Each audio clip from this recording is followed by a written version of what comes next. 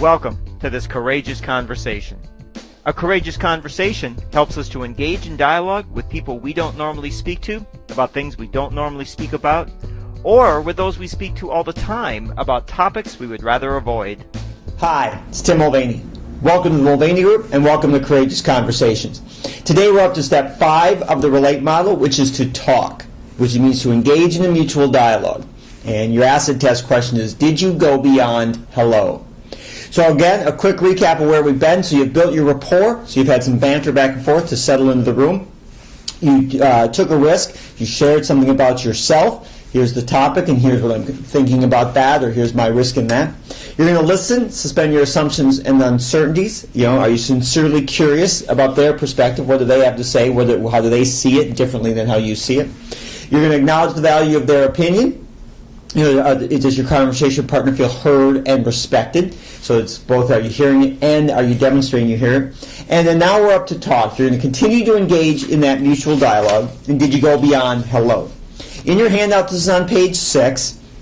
So you're going to continue in the dialogue. And the dialogue is a back and forth. It's about, again, gathering understanding. Not about making a case, not about catching somebody at something, not trying to prove something, not trying to convince them of something.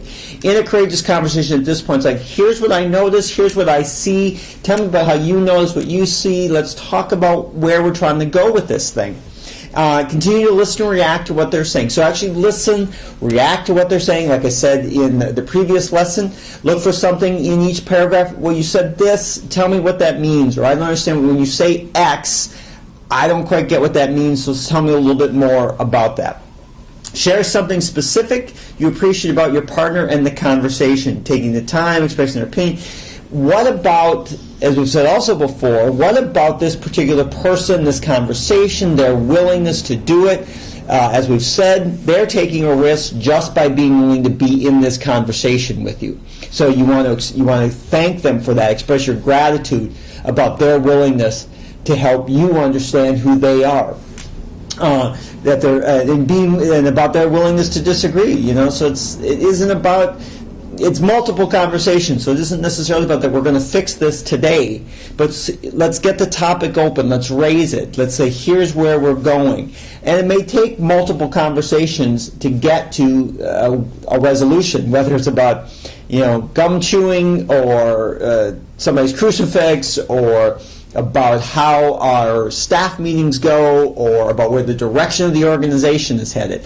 The issues large and small, the theme is the same about being respectful, listening to what the other person is saying, asking questions, suspending your assumptions and uncertainties, and you continue to go back and forth through that whole phase.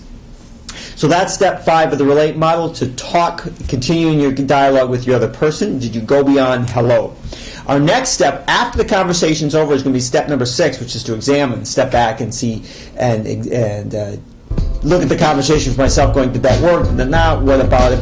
We'll talk more about that when we get to step 6.